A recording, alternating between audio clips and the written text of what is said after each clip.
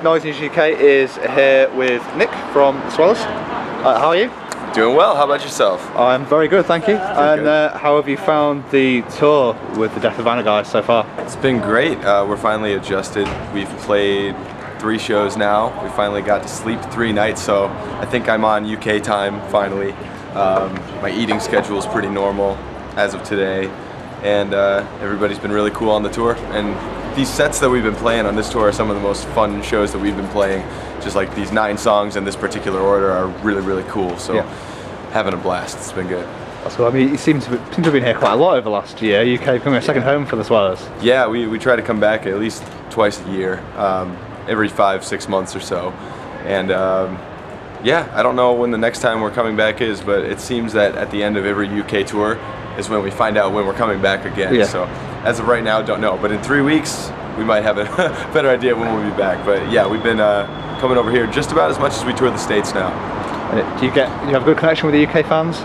Yeah, I think so. It's been pretty cool. We're a little bit more sought after over here because we haven't been here as much in the past, whereas we've been a band for 10 years and we've been playing all over the States for the past 7 years. So a lot of people in the States are kind of like, oh yeah, Swellers, they're back in town, that's cool. But over here it's a little bit more, I guess, exciting to see our band play, so it's more exciting for us to come. Yeah. But yeah, it's definitely cool. They're really, really awesome people, and we have a fun time coming. You seem to be one of the hardest touring bands around. You never seem to be at home. How do you deal with being out on the road so much and not being back home in Flint?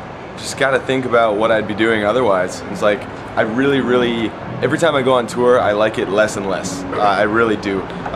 Every year it just gets worse and worse for me and harder for me to leave home because I'm so comfortable. But then I stop and think, like, wait a second, like I'm in a band, I get to tour the world, this is so much fun. This is what I want to do for the rest of my life. So I have to kind of stop and realize, I'm pretty lucky to be doing this, and it still makes sense for us to stay on the road and be playing these songs. So I'm gonna keep doing it until it stops making sense, and literally it'll stop making sense. We stop making the sense when we stop making money. So we'll see how it goes. Like if we're paying to go on tour and making no money, that's a problem. I don't want to be homeless for the rest of my life. So right now it's like I can afford to live decently comfortably. Yeah. I'm a little bit hungry sometimes, but it's worth it, Yeah. And I understand you recently, in the last year, did your first headline American run. Yeah. How did that feel? It was cool. Be the last band on the stage at night. It was definitely awesome. We brought out 3 UK bands, which was crazy. It was not Deaf Havana, You Me at 6 and Twin Atlantic and We Are the Ocean, and we kind of switched off back and forth with You Me at 6, and it's definitely cool. It was just awesome to see that many people come in to see our band. It wasn't just like, oh, the Swellers are also on the show, so I guess I'll go watch them. They came to see us, so we got to play a long set, and it was great.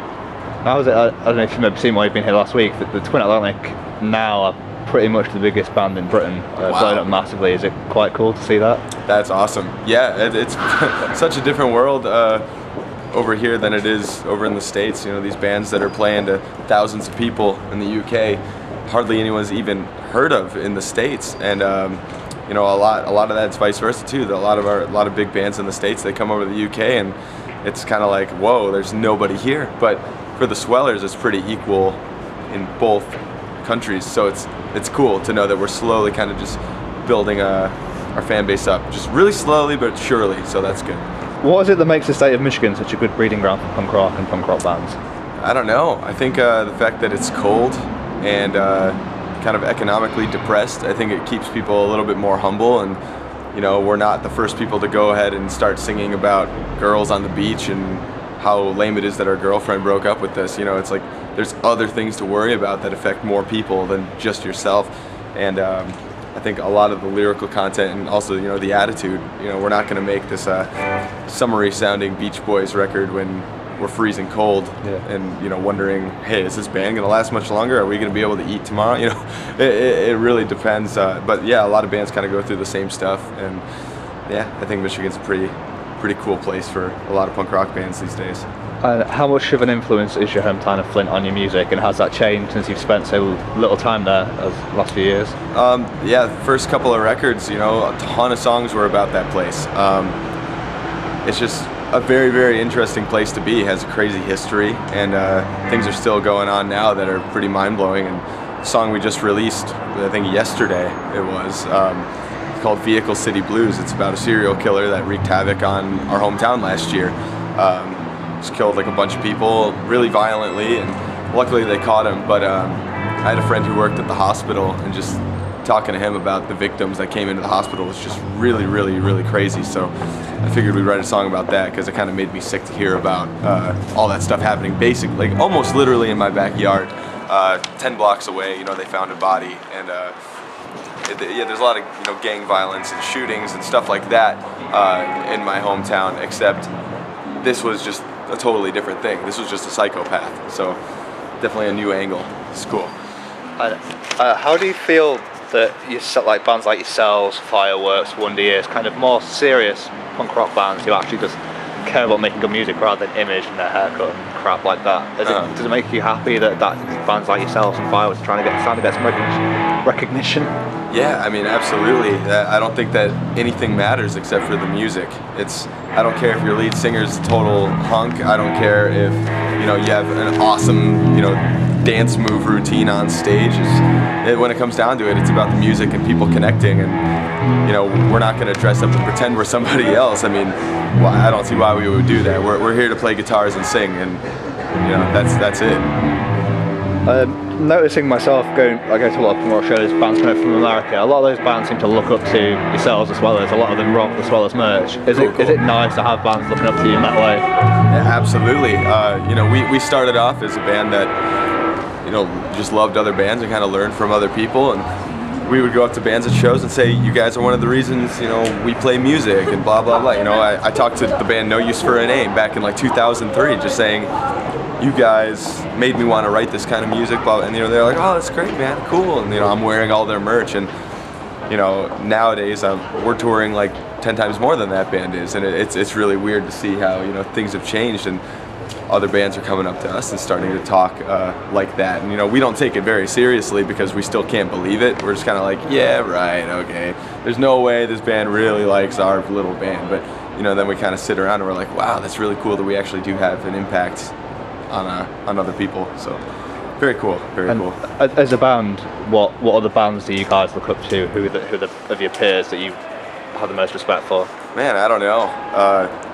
At this point, being a band for 10 years, there's no more trying to be like any other kind of band. But when we started, it was all about NoFX and No Use for a Name and Propagandy. They were just 3 punk rock bands that were either making sounds that we really liked or doing things on their own terms that we really liked. Like NoFX, one of the biggest bands in punk rock, and they've been doing it themselves for so long, and that's just really admirable. Then there's just like tons and tons of bands that are like even not punk rock bands. Jimmy Eat World, that's a band that has an amazing career where they can write incredible songs, have really great success, and nobody really knows what they look like. They're not these cover of magazine like awesome looking people that dress crazy. They're just regular guys. They can live their lives going to the grocery store, nobody's going to bother them, but they have these awesome songs, and that's something really cool to strive for, I think, is being able to be that band that escapes fame, but your songs get famous. Yeah, that's a very cool thing to me. Moving on to a topic which I know is very popular with the Swellers as a band,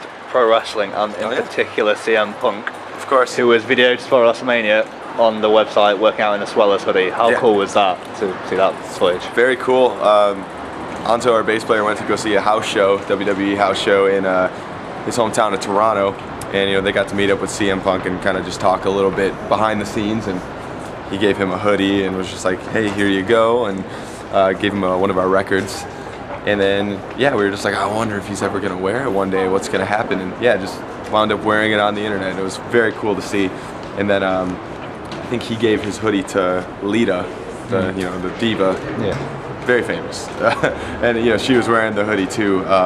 at WrestleMania, which was really cool. We saw a picture of that, so it's kind of making its way around. But yeah, but CM Punk got it all sweaty, so I hope he washed it before he gave it to the nice lady, but we'll see.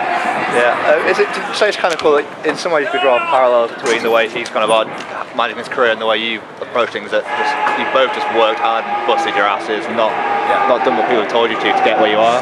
Yeah, it's very similar industry actually.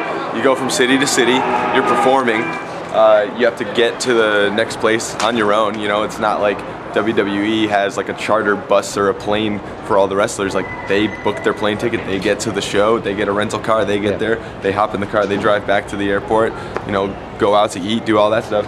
We do the same thing, you know, we're in a van and a trailer going back and forth. There's not as much flying because, you know, we definitely try to book our shows in order, whereas, you know, WWE, a billion-dollar corporation, they don't really care so much about how easy it is for their superstars to get from one place to another. But yeah, I mean, we're flying across the sea quite a bit. You know, we've come over here, this is our 5th time. And yeah, so it's, and yeah, you just gotta work hard, stick with it, and just be yourself, and I think that's the way to get the best success.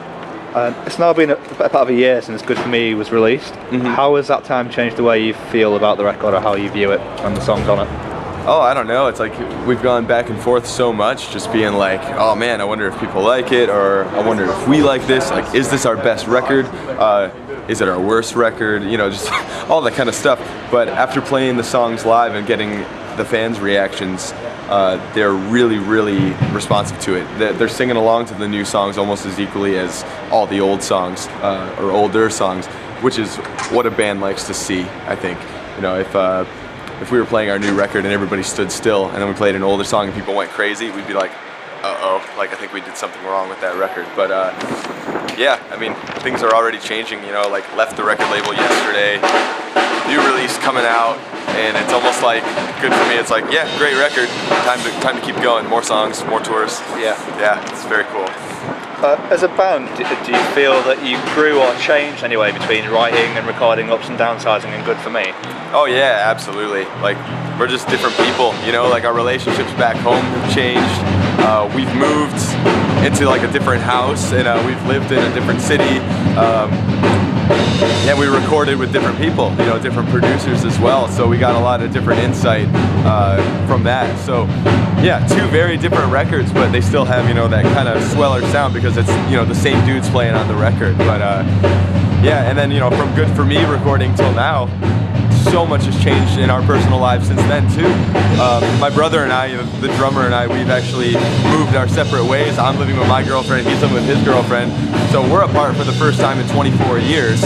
And it's a breath of fresh air. It's like, oh cool, we're living our own lives. But at the same time, it's like, it's just so different, you know? The songwriting process is different. It's good though, it's all good. You recently released a new video for Inside My Head. Yeah. Tell us a little more about the video and what it was like to film. It looked like you had a lot of fun. Yeah, that was basically the point. It was just to have a good time with a bunch of our friends. Got a bunch of kids over, and our friends were filming it, and we just came up with like a big screenplay. Like, we want to do all these things, so we filmed it all. They put it together, and I mean, it's a total joke of a video. It's pretty hilarious and just super weird, but you know, that's what we were going for. So it's kind of just like, we wanted to get something out there, get the song out, you know, and just have some fun while doing it. But yeah, it's just kind of weird that we released the new song so soon after the video, so it's almost like the attention's been drawn elsewhere. But yeah, we don't care, we're ready to keep moving. So it starts rocking. Well, punk rock kind of helped you break out of Flint and see the world. How much further can punk rock take the Swellers in life? I don't know, it's basically, you know, doing more of the same, except meeting more people, learning more, and doing it on a bigger scale, I guess. You know, it's like, if we could do a headlining tour and bring out more people than we did on the last one, you know, great, we're growing. If not, cool, the same people are still coming back, that's awesome. But yeah, that's kind of where we are. It's just, you know, more of the same, just better, different songs, see what we can do. Well, and you're playing Hit the Deck Festival tomorrow, which I'm going to cover. Are you excited to be playing? Yeah, last year was probably one of the best shows we've ever played. Just so much fun having everybody really going off and being halfway across, you know, the planet. So that was a really cool show. Hoping this one's cool too. Not really sure what to expect, but it's coming up real soon in the tour. We weren't expecting it to. Or it's like, oh, cool, tomorrow already. So that'll be cool. And what's the rest of the year hold for the Swellers? New record or? Yeah, we got a 7-inch coming out in like a month or so. Got a tour with Wonder Years in early November in the States right away. Yeah, we're gonna be writing a recording, an EP that I think we're gonna self-release on our own. Get that out by the fall, and just more tours. And then yeah, looking to make a new record in 2013. Just kind of keep going. Okay, thank you for talking with Noise News UK, Nick, and best of luck tomorrow and with the rest of the tour. Cool.